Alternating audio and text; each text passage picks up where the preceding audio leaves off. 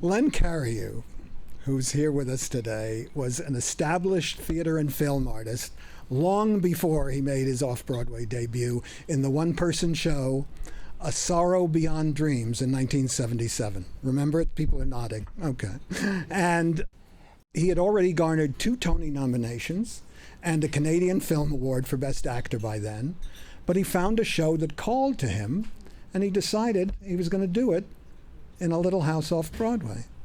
Since his stage debut in 1959, he's dazzled us while creating the roles of Bill Sampson in Applause, Frederick Eggerman in Sondheim's A Little Night Music, and of course, Sweeney and Sweeney Todd.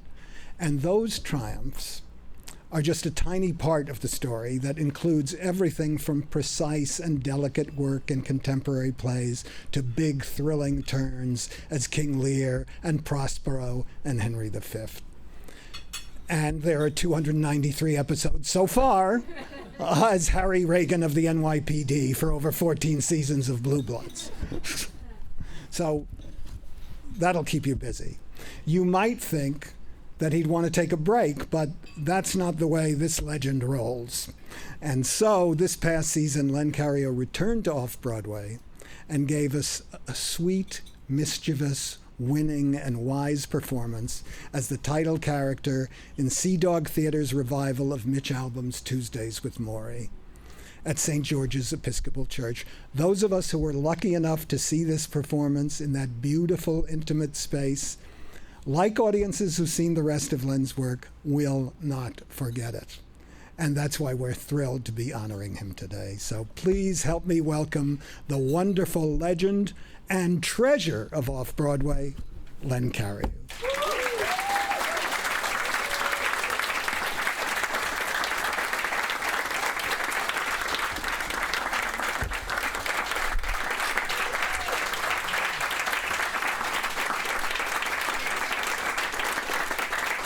Will you take a picture with the award?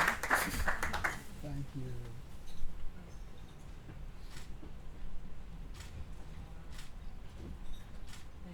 Okay. Thank you very much.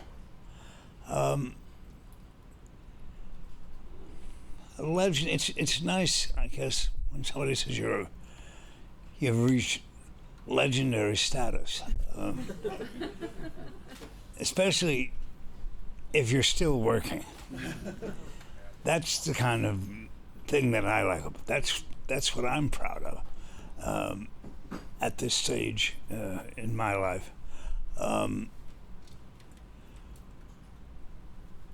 When Tuesdays with Morrie first was published as a play, I happened to meet Mitch Albom in Detroit. We were on the tour of Copenhagen at the time, and Mitch lives there. He came to see it and came backstage after it, and we met. And I read it, and I said, I was congratulating him, and I said, and one day I'm going to do this role, Morrie. He said, not you, the other guy. Lo and behold, 2 years ago, Chris Domig and I in the Sea Dog Theater and Erwin Maas decided that we'd do a reading of this play. We did it in the church basement for the Sea Dog gather for their company, never mind, for their audience. And everybody jumped at it and said, wow, this is really fun. We didn't think it would be fun, but Chris and I managed, and Aaron and I managed to make it fun. Primarily because of Mitch's writing, of course. And when he saw it, he came to see it in our last week when we were running down at the church, and I think the thing they were most proud of was that he said to us at backstage, he said, you know, the play always works. It's, he said it's been, it's had a great career, if you will. And he said, but today I was moved, he said, for the first time in a long time that productions that I've seen, because he said it was most like me and Maury. He said the relationship between you and Chris was the one that made it special for me. So we're tremendously proud of that. And so we have this lovely thing that we want to keep doing.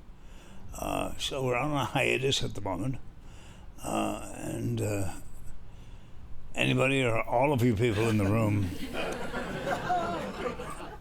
who have nothing better to do, we'd like to talk to you about maybe doing Tuesday with Maury Off-Broadway. Thanks so much for this. It's an honor, again, and well, I've said enough. Thanks.